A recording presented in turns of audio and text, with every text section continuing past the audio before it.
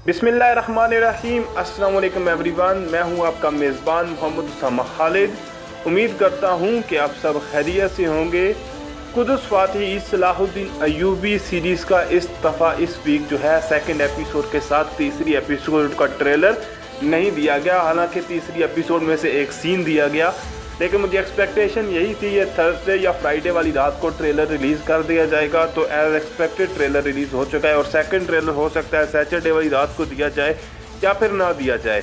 तो खैर अभी ये ट्रेलर देखते हैं और देखते हैं कि आने वाली किस्त में क्या होने वाला है। Bu savaş nerede başladıysa orada bitecek. Kudüs'te.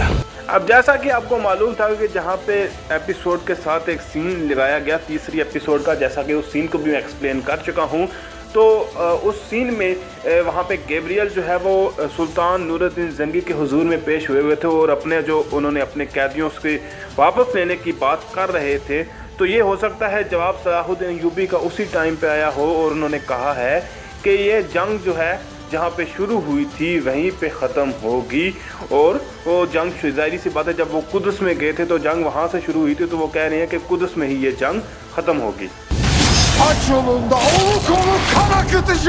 कराल बाल्दविन और गैब्रियल दोनों ही इस सीज़न के अभी तक तीनों एपिसोड्स में उनको जब से सलाहुद्दीन अय्यूबी वहाँ पे कुद्स में गए थे और उसी टाइम पे गैब्रियल पे हमला हुआ था, उसके बाद से अब तक उन्होंने तकरीबन कोई हर दफ़ा ही जहाँ पे उनका सामना सलाहुद्दीन अय्यूबी के साथ होता है या फिर उनका सामना सुल्तान नूरुद्दीन के साथ होता है, तो वो मौका देखते ही ये बात कह देते हैं कि आपका जो हज के रास्ते पे जो है जितने भी आपके मुसलमान हैं उनका जो है रास्ता जो है वो रोक दिया जाएगा और वहाँ पर कत्ल आम होगा। तो अभी भी वो यही बात कर रहे हैं कि मैं जो है वो हज के रास्ते में बहुत ज़्यादा खून बहाऊंगा।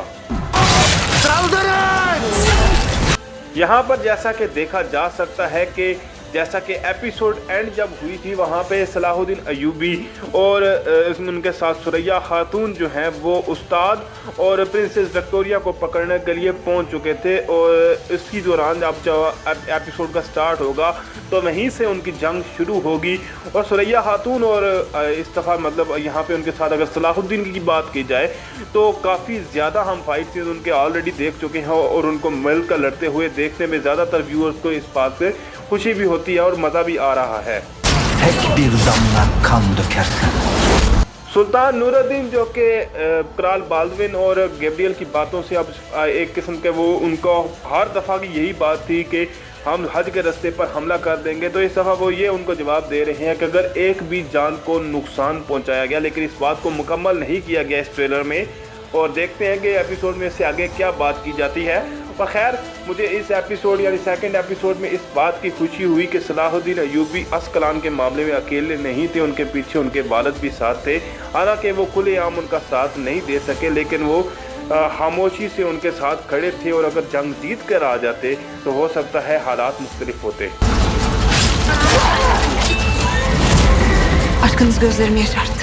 इन सीन्स में भी दो चीज़ें देखी जा सकती हैं। एक तरफ तो प्रिंसेस विक्टोरिया और सुरैया खातून की जो है इस दफ़ा डायरेक्ट बातचीत भी होगी इस जंग के दरमियान और वो उनसे ये बात कहेंगी कि आपकी जो मोहब्बत है वो आपकी आंखों से नज़र आ रही है। लेकिन उसके जवाब में देखते हैं सुरैया खातून क्या कहती है। और दूसरी तरफ अगर बात की जाए तो गैब्रियल भी भागा भागा प्रिंसेस विक्टोरिया और उस्ताद को बचाने के लिए आ रहे हैं, क्योंकि उनको भी पता चल चुका है कि सलाहुद्दीन अय्यूबी उनके जाल में नहीं फंसने वाला। तो वो जल्द अज जल्द वहाँ पर पहुँचने की कोशिश कर रहे हैं। तो जब प्रिंसेस विक्टोरिया ने एक किस्म का उनके खिलाफ वो एक चाल चलने की कोशिश की कि जब इंसान को अगर बंदा लड़ाई में ना हरा सकता हो तो अपनी बातों से किसी न किसी तरह से उसको कंफ्यूज किया जाए, तो यही बात प्रिंसेस विक्टोरिया हो सकता है इस जंग में भी सुरैया खातून के साथ करें। लेकिन सुरैया खातून उनको जवाब में यही कह रही हैं कि मैं उसकी पसंदीदा खातून नहीं हूँ, यानी सलाहुद्दीन अय्यूबी की मैं पसंदीदा खातून नहीं हूँ। ये उन्होंने प्रिंसेस विक्टोरिया को जवाबन कहा। तो जैसा कि तीसरी एपिसोड का जब पहले सीन दिया गया था उसको देखकर हमें आइडिया है कि सलाहुद्दीन अय्यूबी ब्यूक उस्ताद और उनके साथ साथ प्रिंसेस विक्टोरिया को भी कैद कर लेंगे। तो यही चीज़ यहाँ पर देखी जा सकती है कि जंग के इख्तिताम पर उन्होंने न सिर्फ उनको बल्कि कुछ और कैदियों को भी पकड़ लिया है। लेकिन उसी के दौरान अगर बात की जाए तो गैब्रियल भी वहाँ पर पहुँच जाते हैं, लेकिन वो थोड़े से लेट हो जाएंगे और वो जब पहुँचेंगे तो वो ज़ाहिर सी बात है उनसे कहेंगे सलाहुद्दीन से कि इनको ज़िंदा आज़ाद कर दिया जाए।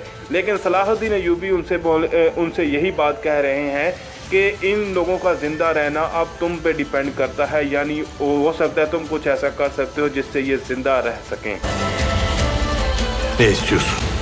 अब जैसा कि हम देख सकते हैं कि गैब्रियल भी पूछ रहा है कि तुम क्या चाहते हो, और शायद उसके दिमाग में ये हो कि क्योंकि अस्कलान के भी काफ़ी ज़्यादा कैदी जो हैं वो वहाँ पर मौजूद हैं और सुरैया खातून के भाई भी वहाँ पर कैद हैं, तो ज़ाहिर सी बात है वो यही एक्सपेक्ट कर रहे होंगे कि उसके बदले में, यानी उस्ताद और उस प्रिंसेस विक्टोरिया के बदले में सलाहुद्दीन बोलेंगे कि उन तमाम कैदियों को भी आज़ाद कर दिया जाए। तो देखते हैं कि सलाहुद्दीन उनसे क्या डिमांड करते हैं।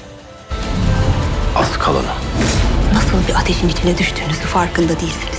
तो जैसा कि यहाँ पे देखा जा सकता है कि सलाहुद्दीन अय्यूबी उनसे ये बात कह रहे हैं कि हमें इनके बदले में अस्कलान चाहिए। हालांकि गैब्रियल को एक्सपेक्टेड यही होगा कि जो कैदी मेरे पास है उनके बदले में इन कैदियों को वापस कर दिया जाएगा और एक किस्म से ये मामला तय हो जाएगा। और दूसरी जानब प्रिंसेस विक्टोरिया और उस्ताद जो हैं वो दोनों ही सुल्तान नूरुद्दीन के दरबार में पहुँच चुके हैं और प्रिंसेस विक्टोरिया सुल्तान से मुखातब होकर कह रही हैं कि आप लोगों ने किस आग में छलांग लगाई है, आप लोगों को इसका पता ही नहीं है। Siz hiçbir zaman güvende olmayacaksınız.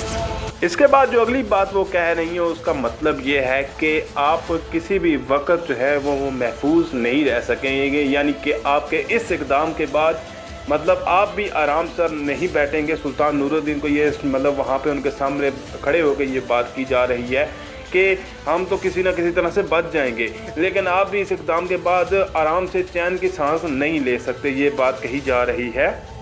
İşgal ettiğiniz İslam topraklarına geri almadan ne biz rahat duracağız ne de sizi rahat ettireceğiz. जब ये तमाम बातें हो रही होंगी तो सलाहुद्दीन अय्यूबी भी वहाँ पर मौजूद होंगे और उनका जवाब देने के लिए, इस तरह के बातों का जवाब देने के लिए सलाहुद्दीन को ही ज़्यादातर इस्तेमाल किया जाएगा इस सीरीज़ में। और यही वो जवाब दे रहे हैं कि जो ज़मीनें, यानी जो इस्लामी ज़मीनें आप लोगों ने जिन पर कब्ज़ा कर लिया है, जहाँ पर इस्लाम की हुकूमत थी, मुसलमानों की हुकूमत थी, जब तक वो हम आप लोगों से वापस नहीं ले लेते तब तक ना हम खुद चैन में रहेंगे ना ही आप लोगों को सुकून में रहने देंगे। यानी ये प्रिंसेस विक्टोरिया की जो लास्ट बात थी उसके जवाब में सलाहुद्दीन अय्यूबी अपना जवाब दे रहे हैं। Selahattin senin öz oğlun mu? इस ट्रेलर में सबसे ज़्यादा जो हैरानगी की बात हुई कि बर्रा खातून जो कि उनके सुल्तान नूरुद्दीन के भाई नसरुद्दीन की बीवी हैं, वो यहाँ पर फातिमा खातून को आकर कह रही हैं कि सलाहुद्दीन आपका सगा बेटा है।